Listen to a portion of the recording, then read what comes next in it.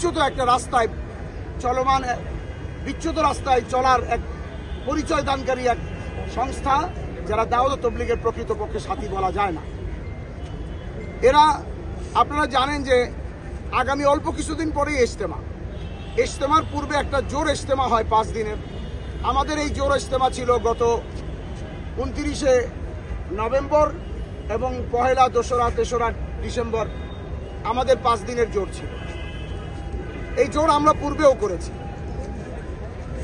এরও পূর্বে আপনারা জানেন 5ই নভেম্বরে সারা দেশের ওলামা ইকরামের একটা সমাবেশ হয়েছিল সরোয়ার্দী ময়দানে। ওই সময় ওলামা ইকরামের সিদ্ধান্ত এবং পরবর্তীকালে আমাদের মুরব্বীরা সিদ্ধান্ত নিয়ে কাকরাইল মসজিদ এককভাবে আমাদের অধীনে রাখার সিদ্ধান্ত নেওয়া হয়। কিন্তু প্রশাসনিকভাবে সরকার চিন্তা করে যে তাতে একটা বিশৃঙ্খলা হবে, মারামারি হবে।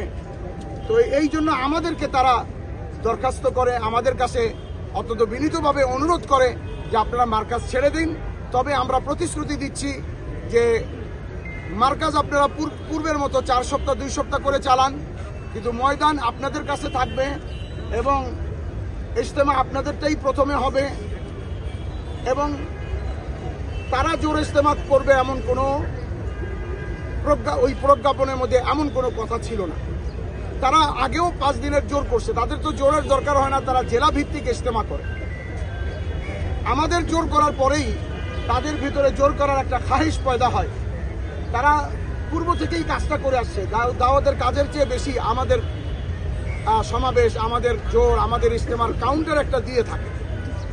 তারা আমাদেরকে জানায় যে আমরাও জোর করব, কিন্তু আমরা প্রশাসনিকভাবে আমাদের কাছে প্রজ্ঞাপন ছিল, আছে যে মাঠ আমাদের কাছে থাকবে 31শে জানুয়ারি, 1লা ও 2রা ফেব্রুয়ারি আমরা ইজতেমা করব এবং 4ঠা ফেব্রুয়ারি বিকাল 3টায় মাঠ আমরা সরকারকে হস্তান্তর করব।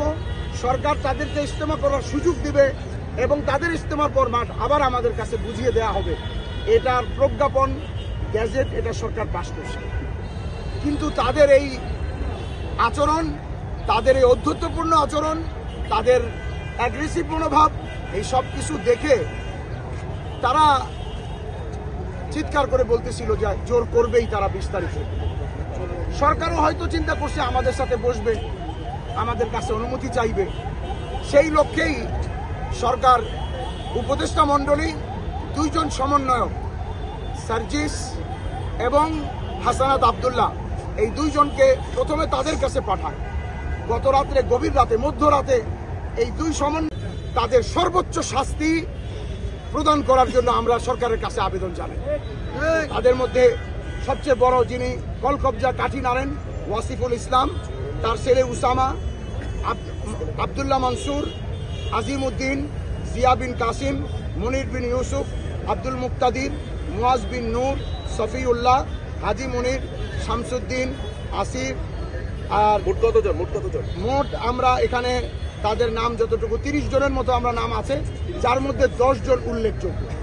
আমরা তাদের বিরুদ্ধে আইনানুগ ব্যবস্থা নিব এবং সরকারের কাছে আবেদন করব এদেরকে যাতে এখনই অ্যারেস্ট করা হয়। কারণ তারা যে অন্যায় করছে তার ফুটেজ আছে, তারা ভেঙে যাবে। এদেরকে এখনই অ্যারেস্ট করা হোক এবং সর্বোচ্চ পর্যায়ের শাস্তি দিয়ে সরকার এদেরকে দৃষ্টান্তমূলক শাস্তি এরকম প্রদান করুক যাতে বাংলাদেশের জমিনে আর দ্বিতীয় কেউ কোনো এরকম কোনো ফিতনা ফাসাদ প্রতিষ্ঠা করার চেষ্টা করতে না পারে। এবং আমরা এটাও ধারণা করছি যে বাংলাদেশকে অস্থিতিশীল একটা পরিস্থিতি তৈরি করার জন্য এই বর্তমান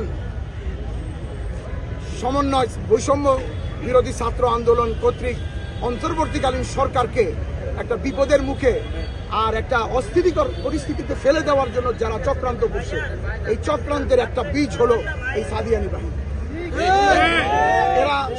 এরা ভারতের দ্বারা ব্যবহৃত হচ্ছে, যেহেতু তাদের আমির ভারতের, এবং এই ভারতের দালালি করছে তারা, এবং এই ভারতের দালালি করেই তারা আমাদের দেশে ফিতনা ফাসাদ করছে।